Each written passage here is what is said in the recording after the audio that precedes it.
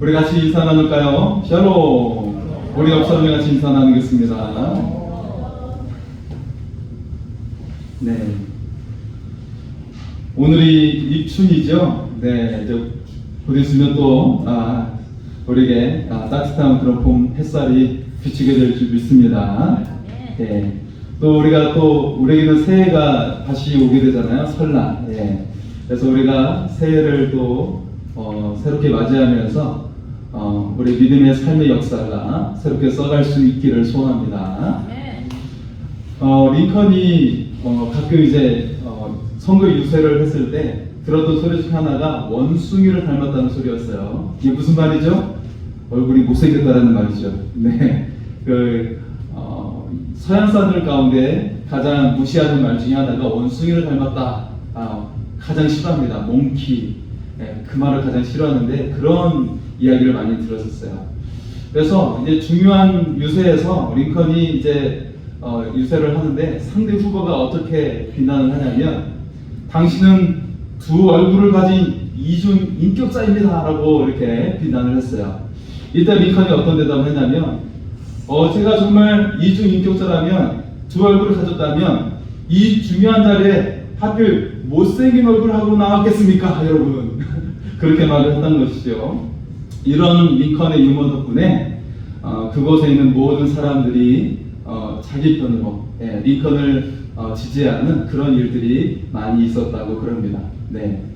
상대의 공격으로 받는 것이 아니라 유머로 이렇게 받으면서 그렇게 많은 사람들의 지지를 얻을 수 있었다는 것이죠. 자, 여러분, 링컨처럼 실패를 많이 겪은 사람도 없었을 텐데요.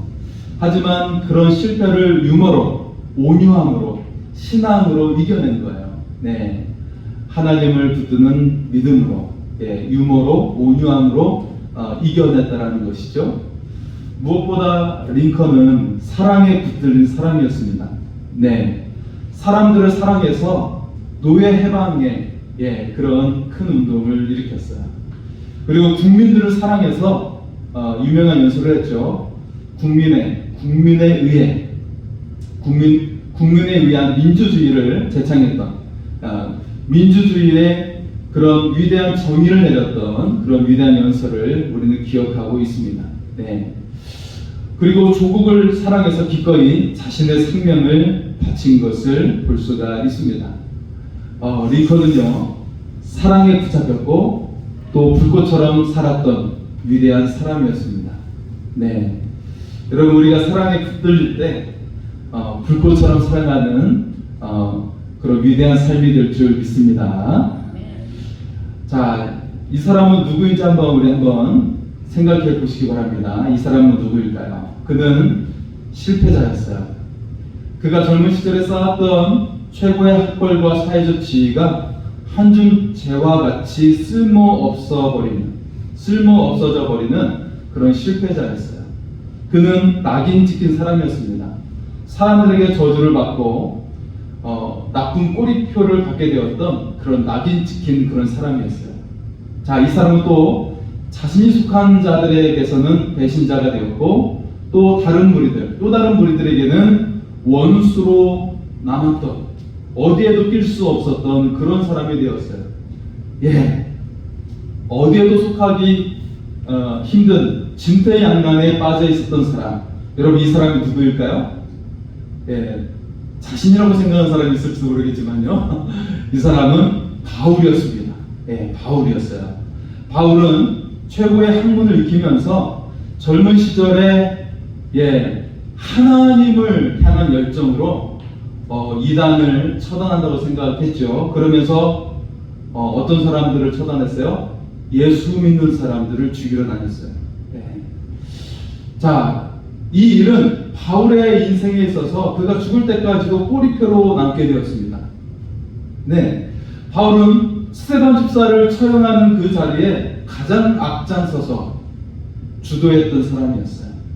이 일 또한 그는 평생에 남게 되었어요. 바울이 예수님을 믿고 회심함으로 인해서 유대인들에게는 배신자가 되었죠. 넌 배신자야. 너는 누구보다도 가장 원수가 되었어 라고 했던 유대인들의 배신자가 되었어요. 반면에 초대교회 성도들에게 있어서는 그는 원래 예수 믿는 사람을 죽이러 다녔기 때문에 굉장히 무서운 존재였어요. 네, 여전히 그가 변화되었지만 껄끄러운 존재였던 것이죠. 의심했어요. 늘 의심하고 네가 우리 편이 된 것이냐, 그런 척하면서 우리를 또 죽이려고 하는 거 아닐까라는 그런 생각을 하게 만들었죠. 그가 평생 쌓아온 모든 삶, 그런 학업과 그리고 업적 그리고 그의 지위, 그런 것들이 허무한 것처럼 여겨지게 되었어요. 이제는 어느 곳에도 속할 수 없는, 심지어 살해 위협에 처해 있는 그런 존재가 되었던 것이죠. 자, 사실상 바울은 예수님을 선택한 이후에 모든 것을 잃은 존재가 되었어요. 더 이상 그는 바리새인도 아니고 율법 학자도 아니고, 그렇다고 초대교회에서도 인정받지 못한 그런 상황이 되었던 것이죠. 바울은 세상적으로 보면 모든 것을 잃은 자였죠. 지위도, 그의 학벌도, 그의 업적, 그런 모든 것을 잃은 자와 같았죠. 하지만 하나님 앞에서 모든 것을 얻은 자가 된 줄 믿습니다. 세상에서는 모든 것을 잃었지만 하나님 앞에서 모든 것을 얻은 자가 되었습니다.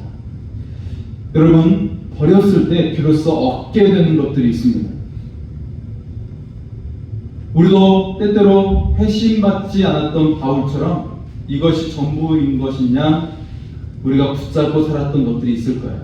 하지만 오히려 그것을 버렸을 때 얻게 되는 것들이 있다는 것입니다.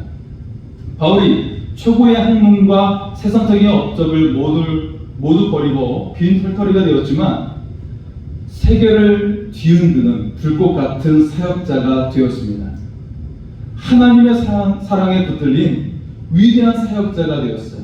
그리고 사람들을 사랑했던 사랑에 붙들린 사역자가 되었습니다. 오늘 우리도 바울처럼 우리의 인생을 새롭게 하고 사랑에 붙들린 사역자가 되기를 소원합니다.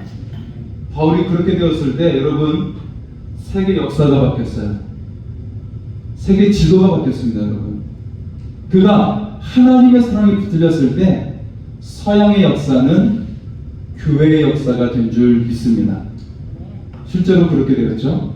예, 서양의 역사는 기독교의 역사가 되었어요. 이게 바로 하나님의 사랑에 붙들린 바울을 통해 시작되었습니다.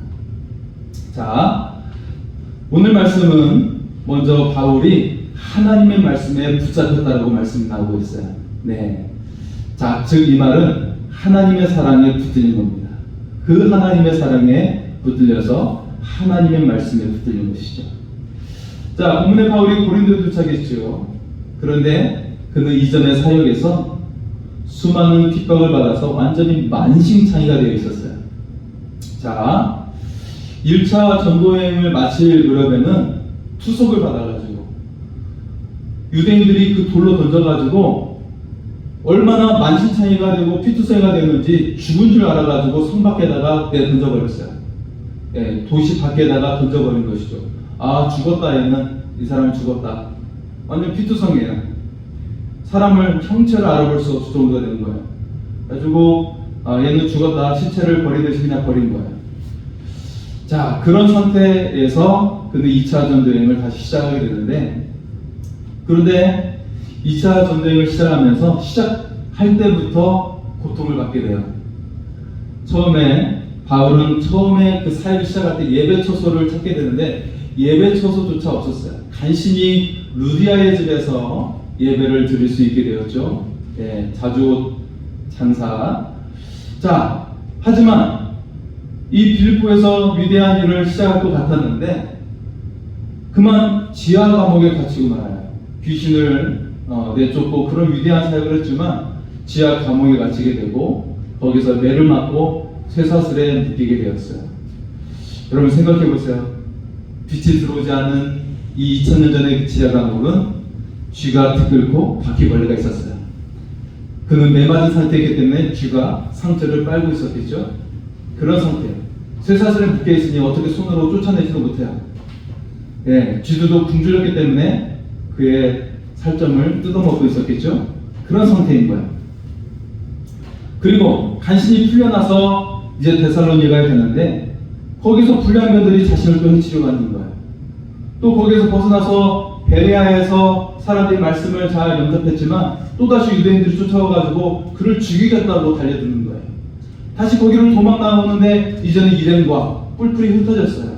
그들이 죽이려고 달려드니까 일행과 뿔뿔이 흩어지면서 바울이 단신으로 갔던 곳은 바로 아테네였어요. 자, 여기서 이 아테네에 도착해서 혼자서 복음을 증거하려고 했지만 거기에서 큰 실패를 경험을 하게 되죠. 예, 그 수많은 신들로 가득했던 그리스 아테네 신전이 있었던 그 도시, 거기서 복음 전파가 쉽지가 않았어요. 자, 그렇게 단신의 몸으로, 지친 몸으로 이끌고 그가 도착했던 것이 바로 고린도였습니다. 자, 고린도에 도착한 바울은 그의 힘이 남아있었을까요? 남아있지 않았을까요? 그의 힘이 남아있지 않았어요. 사회가 힘이 하나도 남아있지 않았죠.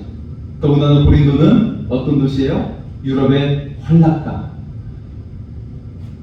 매우 큰 도시면서 가장 타락한 도시가 고린도였어요.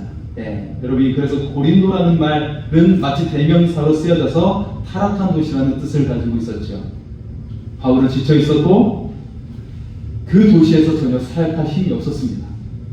그런데 바울을 다시 일으켜 세우는 그런 놀라운 힘이 공급받게 됩니다. 바울에게 놀라운 힘이 생기기 시작하게 됩니다. 어떻게 그런 일이 생겨나게 되었을까요? 5절의 말씀을 보면 하나님의 말씀에 붙잡혀라고 그런 말씀이 나옵니다. 바울은 하나님의 말씀에 붙잡혀 다시 일어나 복음을 전하게 된 것이죠. 이 말은 다르게 표현하면 하나님이 사랑으로 바울을 다시금 부르신 거예요. 말씀으로 부르신 거예요. 말씀하심으로 바울을 부르신 것이죠. 바울아, 바울아 부르신 거예요. 사랑으로, 사랑의 음성으로 들려주신 거예요. 여러분, 힘들고 지칠 때 하나님의 이 사랑의 음성을 들을 수 있기를 소원합니다. 아무개야, 아무개야, 여러분의 이름을 불러주십니다. 여러분, 하나님의 음성을 듣고 싶으세요? 말씀을 펴시면 돼요. 여러분을 부르시는 하나님의 음성을, 사랑의 음성을 듣게 될 줄 믿습니다. 그 사랑의 음성에 붙잡히게 되었어요. 그리고 고린도 교회를 세우는 놀라운 열매를 맺게 됩니다. 자, 바울이 사람의 목소리나 인간적인 생각에 이끌렸다면 그는 실패해서 실패로 끝나게 됐을 거예요. 그의 사역은 철저하게 실패로 끝맺음을 맺는 사역에 불과했을 겁니다. 그런데 바울이 다시 일어나서 불꽃 같은 사역을 할 수 있었던 것은 바울은 언제나 그 사랑의 음성, 그 하나님의 그 사랑의 말씀에 귀가 열려 있었다는 것입니다. 여러분, 지금도 하나님께서는 우리에게 말씀하고 계십니다. 지금도 말씀하고 계세요. 우리가 다만 귀가 열려 있지 않을 뿐 그 하나님의 음성은 여전히 우리에게 말씀하고 계십니다. 내가 너를 사랑한다. 내가 지금도 여전히 사랑한다. 처음 너를 사랑했던 것처럼 지금도 너를 사랑한다. 우리가 이 하나님의 음성을 들을 수 있기를 소원합니다. 이 음성에 바울이 다시 붙잡히게 된 거예요. 그래서 수많은 그 실패와 얻어맞음과 그 죽음의 위기 속에서 다시 일어서게 된 줄 믿습니다. 그 실패한 삶의 연속이 좌절시킨 것이 아니라 그 사랑의 음성으로 다시금 우뚝 서게 된 줄 믿습니다. 사람들은 모두 말씀에 붙잡혀 살게 됩니다. 그것이 생명의 말씀이 될 수도 있고 죽음의 말씀이 될 수도 있어요. 하나님의 말씀이 될 수도 있고 세상적인 말씀이 될 수도 있는 것이죠. 세상적인 말은 어떤 말들이죠? 경쟁에서 이기라고 말하고 있죠. 성공하라고 이야기하고 있고 자기 만족과 그리고 자기 가족만을 생각하라고 이야기하는 것이 세상의 소리예요. 이처럼 자신만 생각하고 자기 가족만 생각하고 하는 이기적인 말을 가득한 것이 바로 세상의 소리라는 거예요. 죽음의 말은 사회를 망치고 자기 자신도 망치게 됩니다. 절망하고 회의적인 사람이 들게 만들어요. 아, 내가 이거 잘하는 거 맞아? 아, 이거 해봤자 뭔가 되겠어? 이 말은 하나님의 말이 아니라 사탄의 말이에요. 하면 됩니다. 시작하면 열립니다. 이거는 하나님의 말이에요. 하지만 사탄의 말은 이거 하면 되겠어? 이게 될까? 이거는 사탄의 말이에요. 여러분, 우리가 분별력을 가지고 들을 수 있기를 소원합니다. 이것은 철저히 사탄의 역사이고 죽음의 영에 사로잡히는 말입니다. 우리의 인생보다 철저히 고통을 받았던 성경 인물 중에는 죽음의 영과 죽음의 말을 뛰어넘어서 하나님의 말씀을 선택한 사람들이 있었습니다. 그리고 그들은 고통을 이겨내고 승리할 수가 있었어요. 그 사람들은 바로 히브리서 11장에 나오는 믿음의 사람들이었죠. 그 중에 한 인물이었던 요셉은 형들에 의해서 젊은 시절을 손들은 채 노예와 죄수로 낭비되고 있었어요. 한참 배우고 익히고 사랑받아야 될 그 나이에 모든 그 젊은 시절의 그 13년의 시간들을 손들은 채 낭비되고 있었던 것이죠. 그런데 요셉은 그 망쳐버린 인생의 상황 속에서 하나님의 말씀을 붙잡았어요. 그리고 마침내 30살이 되었을 때 애굽의 총리가 된 줄 믿습니다. 그리고 그 지위를 얻었다는 것이 중요한 것이 아니라 애굽과 그 일대의 많은 나라들과 그리고 자신의 가족들을 기근의 때에 구원해내는 위대한 생명의 역사를 이룬 줄 믿습니다. 여러분, 다윗은 사무엘 선지자를 통해 기름 부음을 받았죠. 네가 두 번째 왕이 될 것이다. 이스라엘의 2대 왕이 될 것이다. 자, 기름 부음을 받았지만 그에게 시작된 것은 영광이 아니라 고통이었어요. 하나님께 기름 부음 받았으니까 뭔가 빛나는 삶이 될 것 같고 많은 사람에게 칭찬받고 박수받고 그런 삶이 될 것 같은데 기름 부음을 받자마자 그에게 시작된 것은 고난이었어요.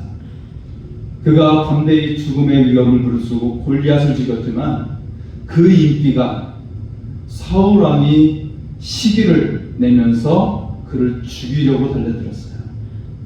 그가 전쟁 때마다 승리를 얻었지만 오히려 사울 왕은 그를 창을 던져서 죽이려고 하였죠. 오랜 세월 동안 사울 왕에 의해서 도망자요 해외 망명자 생활을 해야 했습니다. 다윗은 힘들고 죽을 것 같은 그런 모든 순간에 그가 의지했던 것은 사람들의 말도 아니고 세상의 지식도 아니고 오직 하나님의 말씀이었습니다.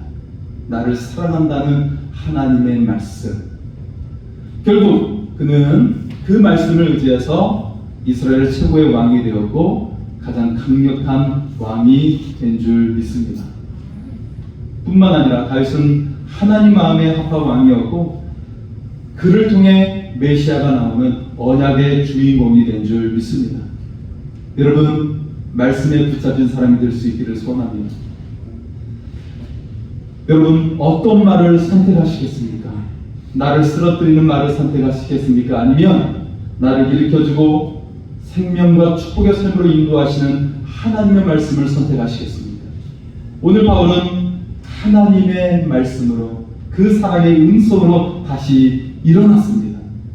그 말씀이 바울에게 새 힘을 주었고 이전의 실패와 고통을 더 이상 문제되지 않도록 하는 그런 은혜가 임하게 되었습니다. 하나님의 말씀을 들으시기 바랍니다. 하나님의 말씀으로 일어서시기 바랍니다.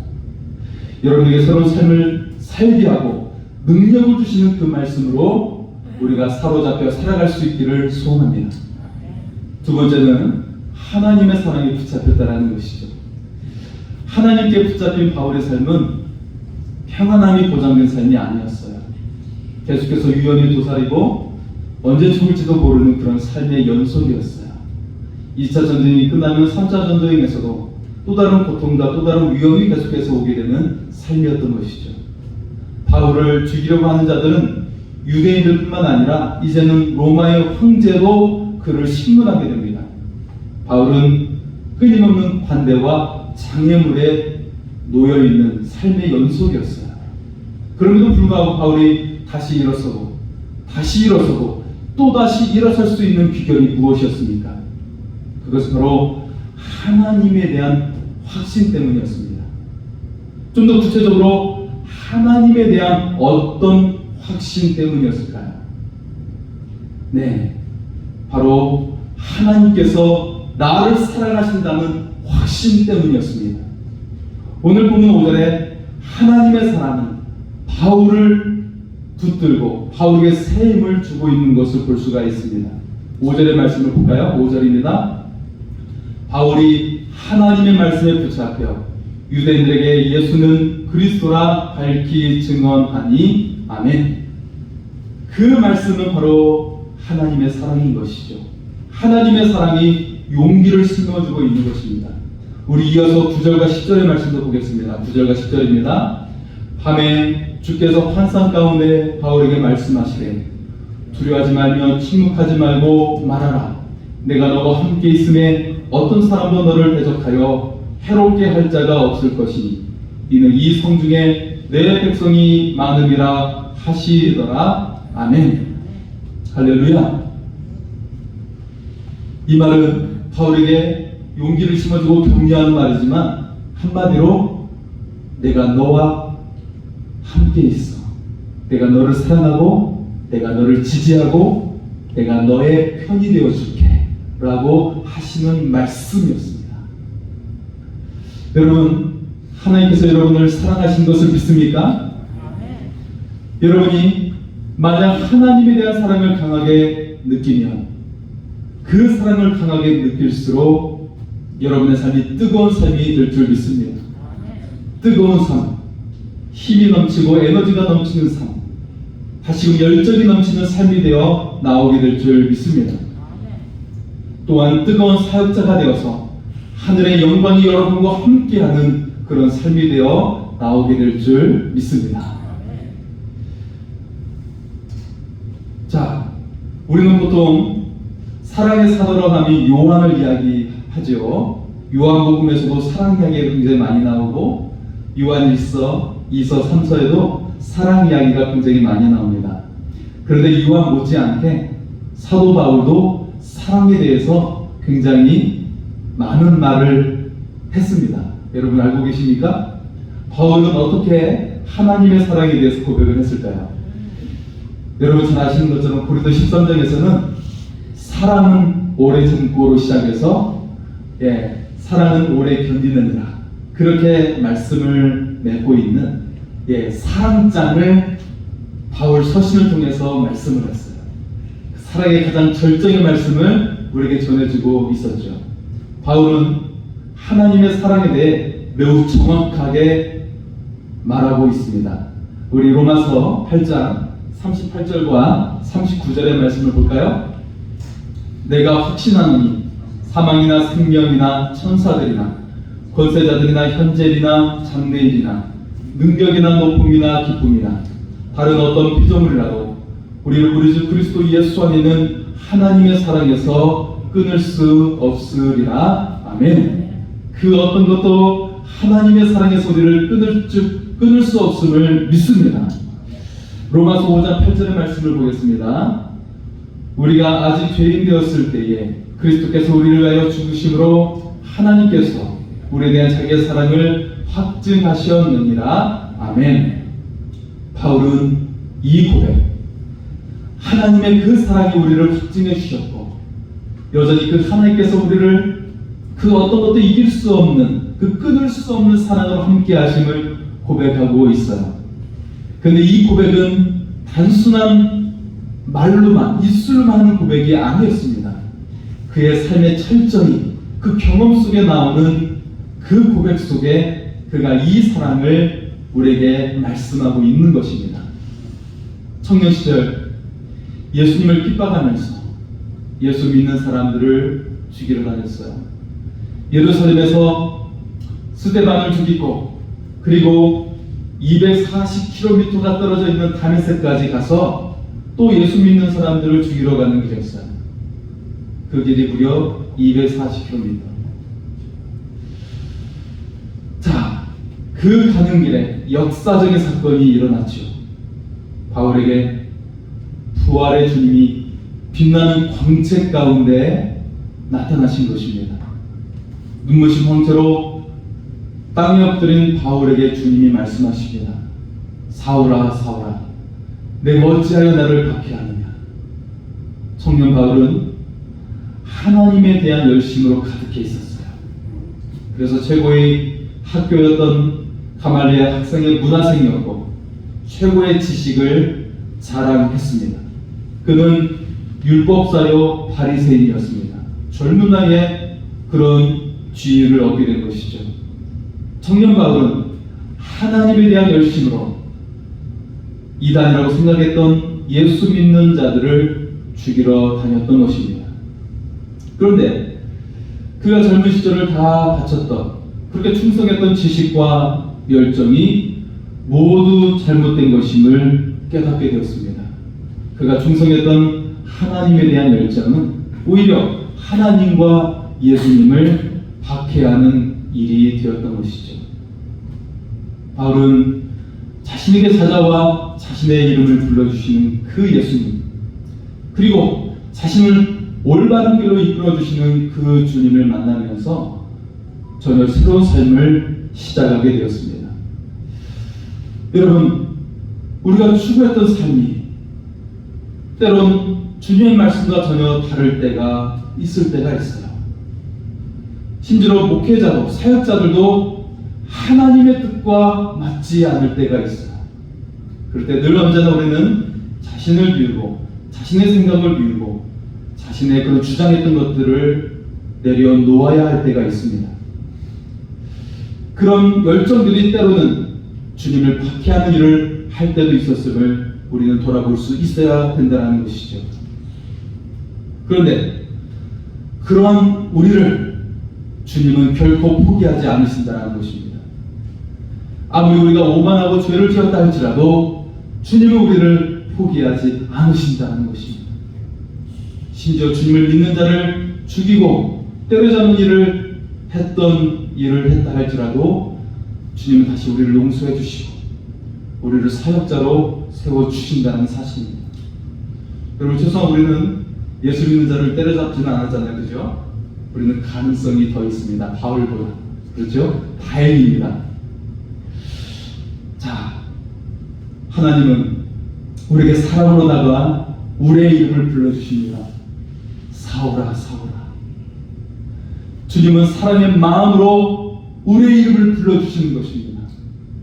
새로워질 기회를 주시고 주님의 영광에 동참하도록 사명을 부여해 주십니다. 바울은 죽음의 자리에 있었어요. 어둠의 자리에 있었어요. 그런데 바울을 돌이키게 한 것은 바로 하나님의 사랑이었습니다.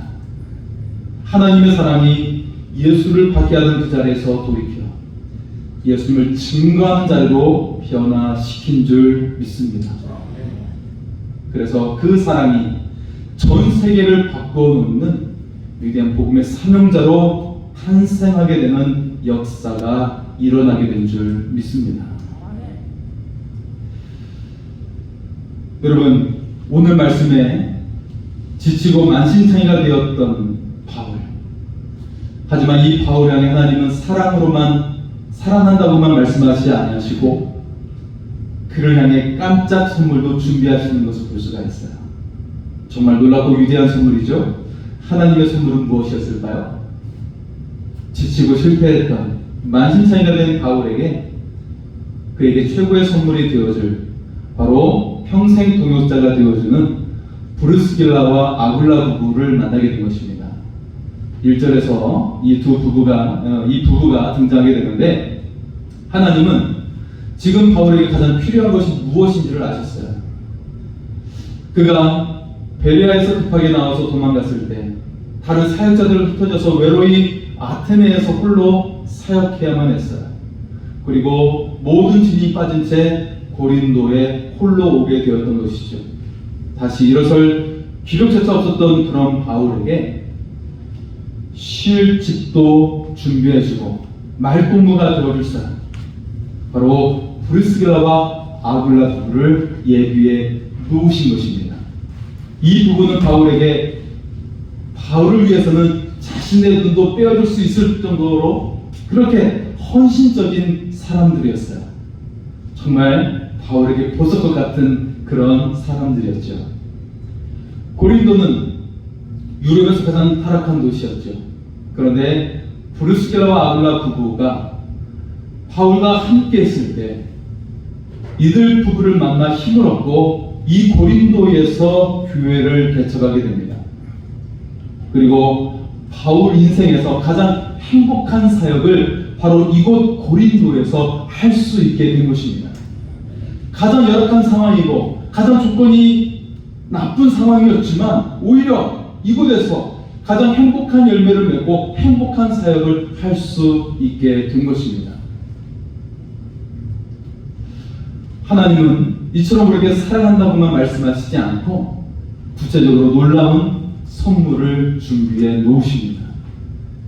이처럼 하나님은 좋으신 하나님이심을 우리가 고백하며 나아갈 수 있기를 소원합니다.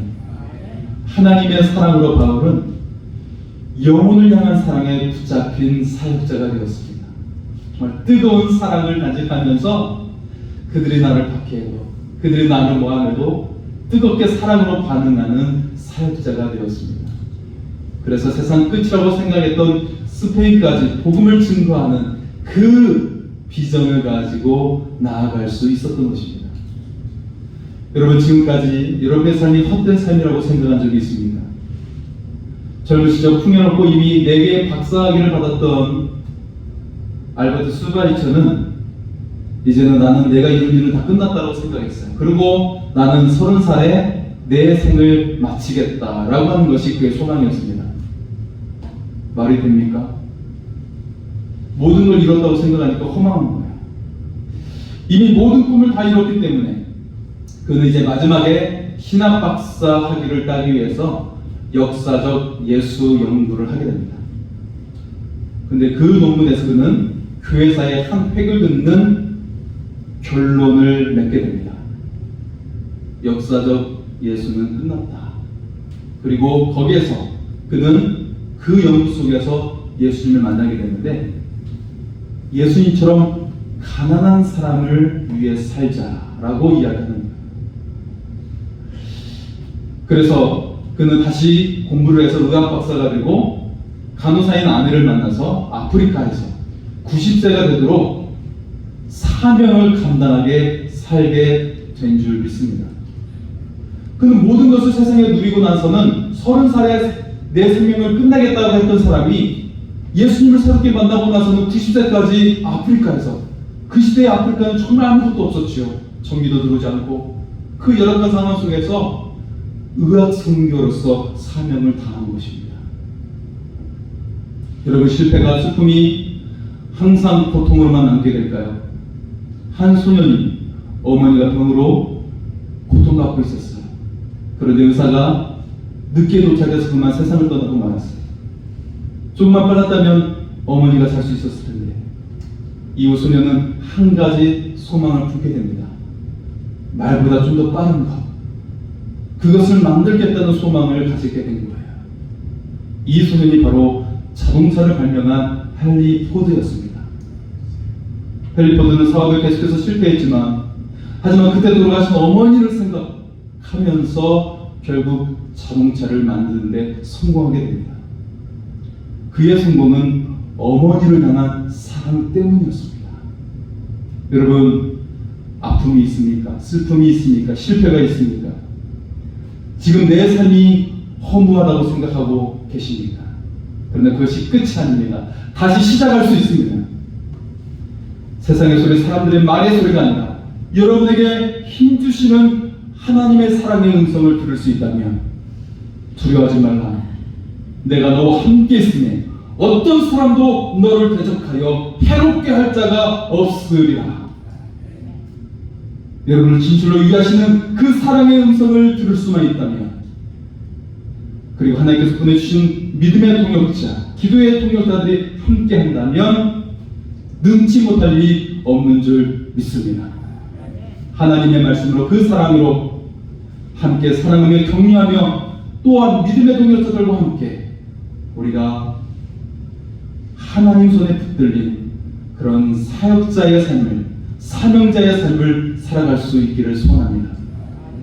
여러분의 삶이 불타오르는 그런 삶, 뜨거운 열정으로, 사랑의 그 뜨거운 마음으로 여러분의 삶이 불타오를 수 있기를 축복합니다.